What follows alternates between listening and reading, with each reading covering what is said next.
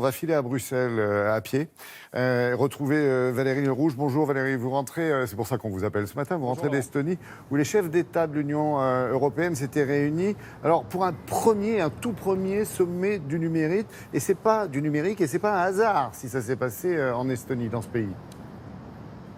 Non, Laurent, bonjour à tous. L'Estonie, c'est un petit pays balte d'1,3 million habitants, mais qui est étonnamment moderne. Il faisait partie de l'URSS, de l'Union soviétique, jusqu'en 1991. Et quand les Estoniens sont devenus indépendants, eh bien, ils ont eu tout à construire. Ils sont repartis de zéro. Il fallait mettre en place une administration, il fallait mettre en place un cadastre, construire un réseau bancaire. Ça aurait dû prendre des années, mais ils ont eu la bonne idée de miser sur les nouvelles technologies et sur l'Internet, qui était déjà très prometteur. Et aujourd'hui, le résultat est étonnant au niveau de l'administration entièrement numérisée. Il n'y a plus de paperasse, il n'y a plus de carte grise, il n'y a plus de feuilles d'impôt, pas de fiches de paie, pas d'ordonnance papier par exemple.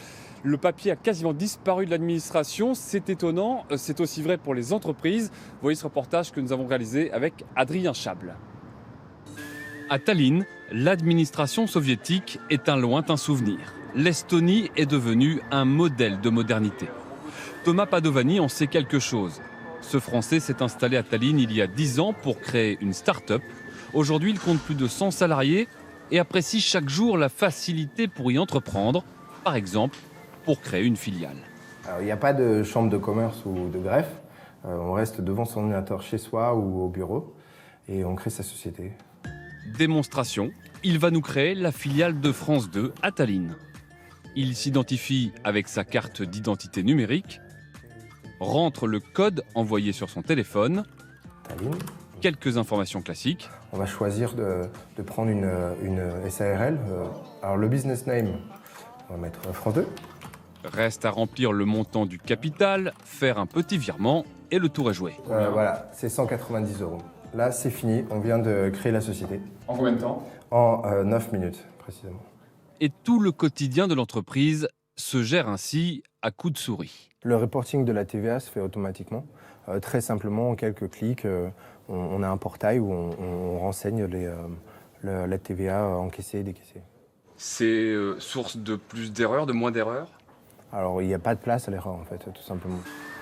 Ce qui est simple pour les entreprises l'est aussi pour les particuliers. Et le gouvernement est si fier de son administration numérique qu'il a conçu ce showroom pour l'expliquer. Car dans le pays, il n'y a plus de permis de conduire en carton, pas de carte vitale ni de feuille d'impôt. Absolument tout est centralisé sur un serveur accessible avec sa carte d'identité. Sur le registre, on retrouve mes papiers d'identité, mon adresse e-mail pour me joindre. Il y a les infos de santé, mon médecin, ma mutuelle, même les dernières ordonnances et si j'ai acheté les médicaments, mon permis de conduire, quelle catégorie, et même mon animal de compagnie. Le serveur de l'État, c'est tout de ses citoyens.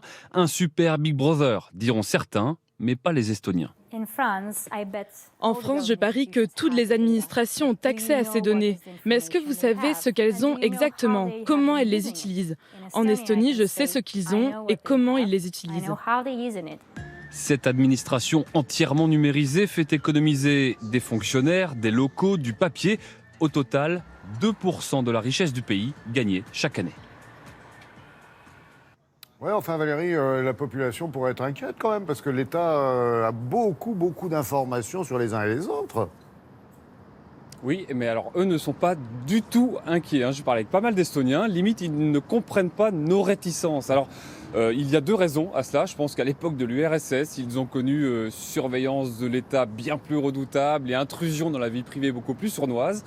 Et d'autre part, avec ce système et leur carte à puce, la numérique, eh bien, il y a une traçabilité qui est assez étonnante. Quand la police des frontières va consulter votre dossier, ou si votre médecin ou un autre médecin cherche quelque chose, une information dans votre dossier, ça laisse une trace à chaque fois. Vous avez une notification, tout est entièrement tracé, ce qui les rassure beaucoup.